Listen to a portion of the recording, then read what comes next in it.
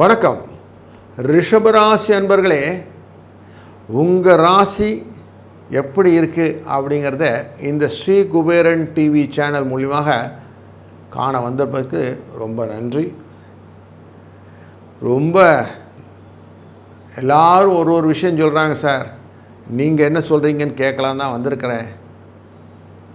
ஒரு பெரிய பண வரவெல்லாம் எதிர்பார்த்தேன், அதெல்லாம் வரலை. மனதில் இருக்கக்கூடிய ஆதங்கங்களை எங்கன்னா எடுத்துகிட்டு போகலான்னு யாரும் கேட்குறதுக்கு இல்லை அப்படிங்கிற ஒரு சூழ்நிலைகள் தான் இன்றைக்கி இந்த காணொலியை பார்க்குறீங்கன்னு நல்லா தெரியுது. உங்களுக்கு இந்த வாரத்திலே பணத்தை பற்றின எண்ணங்கள் நிறைய இருக்கிறது கண்டினியூ ஆகிட்டு தான் இருக்கும்.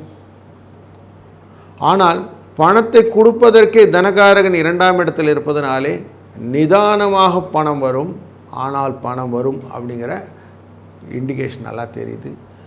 வேலைகள் மாற்றுவதற்கான எண்ணங்களையும் குடும்பத்தில் டிஸ்கஸ் பண்ணுவீங்க. அந்த டிஸ்கஷன் சில விஷயத்தில் கொஞ்சம் ஸ்டிஃப் ஆனாலும் லாபம் உண்டு. சூரியன் நல்லபடியாக போய் 3ஆம் இடமான கடகராசிக்குள்ளே உட்கார்ந்துருக்கிறார். 2ஆம் அதிபதியான புதனோடு சேர்ந்து உட்கார்ந்துருக்கிறார். அதனாலே நல்ல எண்ணங்கள் நல்லா வரும்.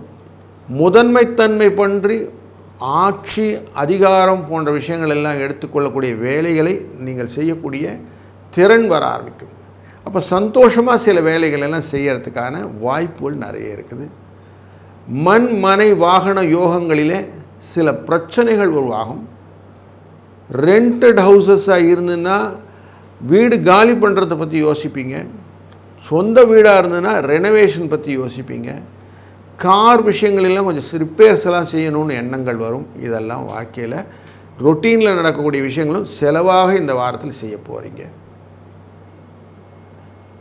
5ஆம் இடமான கன்னிராசிக்குரிய புதனானவர் நமக்கு 3ஆம் இடத்துல வக்கரகதியில் அமர்ந்திருப்பதனாலே குழந்தைங்க கொஞ்சம் சொன்ன பேச்சு கேட்காம இழுத்தடிப்பாங்க. அவங்கள கொஞ்சம் பிடிச்சிக்கிடுங்க. அதே போல் யூக வணிகத்திலே லாபம் கிடைப்பதிலே சில தகராறுகள் உண்டாகும். அதனால் யூக வணிகத்தில் கொஞ்சம் எச்சரிக்கையாக இருங்கள். கொடுத்த பணம் திரும்பி வந்துடும், கவலைப்பட வேண்டாம். உங்கள் விட்டு எதிரிகள் பயந்து ஓடிவிடக்கூடிய சூழ்நிலையும் உண்டு. வழக்குகளிலே உங்களுக்கு சாதகமான பலன்களும் உண்டு. களத்திரத்து கூட சில விஷயத்தில் பேச்சுவார்த்தையில் சில சண்டைகள் வரும். கணவன் மனைவிக்குள்ள சண்டைகள் சகஜமாக இருக்கும். ரொம்ப ஃப்ரிக்ஷனாக பேசிக்காமல் பார்த்துக்கிடுங்க. வாழ்க்கையில் நிறைய விஷயங்கள் நிம்மதியாக இருக்க வேணும்னாக்க நம்ம கடவுள் தியானம் நிறையா பண்ணணும் இல்லைங்களா? அப்படி கடவுளை பண்ணும்போது லாபங்கள் பக்தியாக வரக்கூடிய விஷயங்களாக வரும். உழைப்பிலே நிறைய கான்சன்ட்ரேட் பண்ணுங்கள். என்ன பண்ணணும், எப்படி பண்ணணும்னு அழகாக தெளிவாக அதை எக்ஸிக்யூட் பண்ணிங்கன்னா பொறுமையாக பண்ணும்போது பெருமை கிடைக்கும்னு சொல்கிறாங்க. அதனால் அதை கரெக்டாக பண்ணுங்கள். தெளிவாக பண்ணும்போது உங்களுக்கு லாபம், கை நிறைய காசு அப்படிங்கிறது வந்துடும்.